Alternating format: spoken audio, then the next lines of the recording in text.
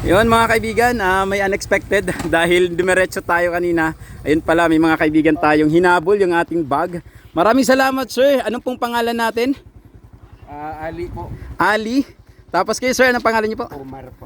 Omar? Balik Islam kami. Balik Islam po kami. Balik Islam. Okay, thank you so much po. Ispag kami. Po? Bawal sa amin. Salam Ispag police kami. po Batas kami. Okay. So parang ano, parang Bantay Daga? Barangay Gubat? Hindi, iba po. Basta Pero kumbaga po sa Islam kasi pag hindi mo gamit o kaya may nalaman ka na nahulog at alam mo kung kanino, so lalo na't nakita namin na sa inyo, obligado na sa abot ng aming makaya maibalik namin sa iyo. Wow, nakakataba naman po ng puso. sa bayan ka pa eh. Kumbaga, Opo, actually I'm making parang journey po ng aking Mashallah. South Palawan. Mashallah, mashallah. Assalamualaikum. Actually I got a little bit of ano yung parang Arabic kasi I work in Middle East before. At maraming salamat po. Ang pangalan po ay si Alvin Espartero. Alvin Espartero. Guys, sila po yung actually naiwan ko yung bag ko kanina. Alam nyo kanina kayo yung dalawang naabutan ko. Medyo parang nag-hesitate lang ako lumapit. Ngayon, tapos dumiretso ako. So yun, napakalaking tulong po at na ibalik niyo po sa akin. Oo nga po. Yun nga po, kumbaga sa mga viewers mo, so sa amin bilang mga Muslim, sa amin sa Islam, sa pananampalatayang Islam, na isa sa katuruan o isa sa kagandahan ng katuruan sa pananampalatayang Islam, na kung ano yung nakita mo, hindi mo property o kaya ano man na hindi sa'yo at kailangan maibalik isa sa tamang may. Mashallah. Huwag mo pag-interesan yung bagay na hindi sa'yo upang sa ganun gawaing da'wa po yun ang tawag doon sa Arab. Wow. Kasi isang gawaing kabutihan na pinapakita ang kagandahan ng katuruan ng Islam. At Wow. yun po talaga sa Islam. Wow. So naway ganting palaan tayo ng Allah. Nag-meet po tayo dito. So, Thank you so much. alhamdulillah. Tama po ba ang ganito? Opo. Thank you so much. Pwede magyakap po. Pwede pong mayakap. Thank you. Thank you kaibigan. Thank you kaibigan. Ako po ay umiikot ngayon dito sa Quezon. Ayan, Salam Police Advocacy Group. Yan, dito pa kayo sa mismong barangay pinaglalabanan po. Apuhin po kami. Doon po kami Nara sa po. Nara. Princess Ordua kami. Okay. Princess Ordua Nara pa. Nara chapter. May ano kami, may masjid kami doon, may simbahan. Wow. Thank you so much at nakakataba po ng puso. Kasi po kanina medyo nag-hesitant ako lumapit. So, kami na may kinasal. okay po. Vlog si brother. Opo, my name is Kuya Ron in the island. Para ma-follow ko kayo sa Opo, bibigyan ko po kayo ng ano po, opo. Change camera lang muna natin. Ayan po ang ating mga kaibigan. Sila po yung nakapulot ng aking bag kasi actually malapit lang naman. Kaya ayun, pagkatapos ko mag-vlog ay tumiretso ako, nakalimutan ko yung bag ko. Good thing ang ating mababait na mga brother. Alhamdulillah. Mga kaibigan, paano gaano pa kaganda ang relihiyong Muslim? So kumbaga ang pananampalatayang Islam lalo na sa amin na dating Christian, tumakap sa Islam. At isa sa pinakagandahang aral ng pananampalatayang Islam, tinuturo po dito ang ibig sabihin ang pagsamba lamang sa tunay at tanging nag-iisang Diyos na lumikha ng langit at lupa. Ang Diyos na kung saan siya yung kinilala, sinamba ng lahat ng mga propeta.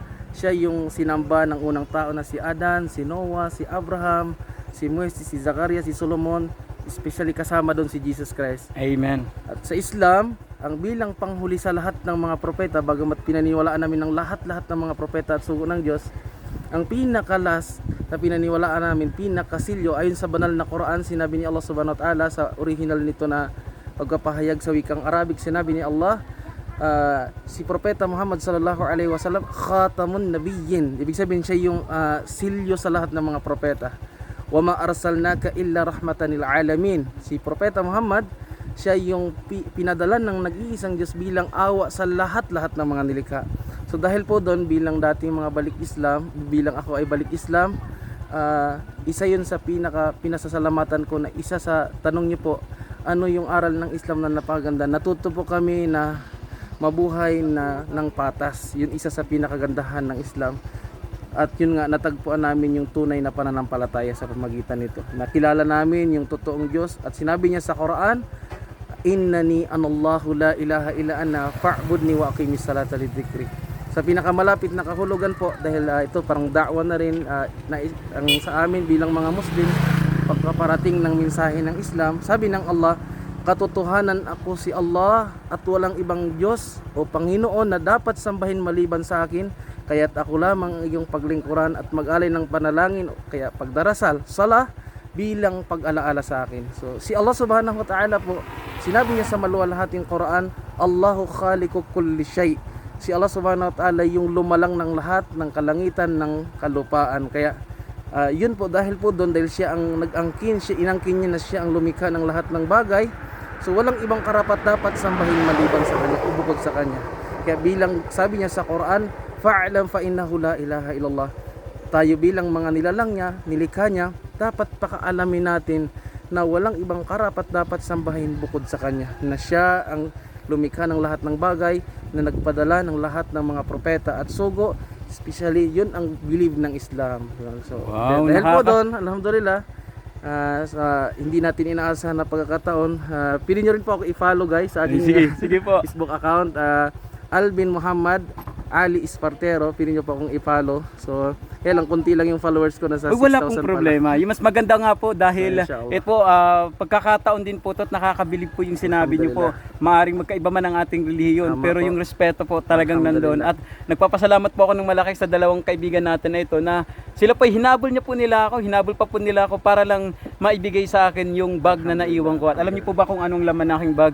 Yun po ay gamit ko sa pagbablog at ilang gamit natin at konting panggastos natin sa ating road trip. At nakakabilib po. Ilagay po natin yung dahil hindi natin maipakita yung yung Facebook. Meron ka ba cellphone para maipakita natin sa kanila? At the same, gusto ilagay na lang natin sa comment section. Inshallah po. Okay, sige. Ganito na lang, kapag na-upload ko yung video na to, yung part ng ating video na to, so follow nyo lang po, ibigay ko sa inyo yung ating channel, and then comment lang para may promote din natin sa mga Pero susunod na araw. magkagano, gusto ko lang linawin, hindi po namin hinawal bilang Opo. makilala, bilang maging tanyag. Opo. Bagkus isa po talaga, hindi ko inaasahan na nagbablog po kayo. Kumbaga, sa Islam talaga, isa yun sa katuruan ng Islam na ano man ang gamit na napulot mo, o ano man ang gamit na alam mo kung sino yung may-ari, lalo na't nalaman namin na ikaw talaga, sa'yo talaga yung naiwan mo doon. Kaya daglian namin, Wow. hinabol kayo dahil para Nakakabilib. makarating sa inyo. At yun nga, pagdampot namin ng bag, mabigat siya, maraming laman, alam ko na importante. So baka Wow. kung Yes iba po. yung makadampot, baka mapag-interesan. Ayun po. So Talagang Alhamdulillah. talagang ibinigay yung tamang pagkakataon at sa tamang tao talaga Opo, yung pagkakataon. alhamdulillah. So, Kaya yun kung po. nagkataon po, maaring medyo mahirapan tayo sa ating susunod na paglalakbay. Kaya kaibigan, Alhamdulillah. maraming salamat sa inyong dalawa. Wala problema po. At alhamdulillah. sana po ay marami pa pong mga katulad ninyo Inshallah, ang inshallah. maibigay ng ating Allah. Thank you so much Okay. sa inyong lahat po. Thank you, thank you. Salamat po. Opo.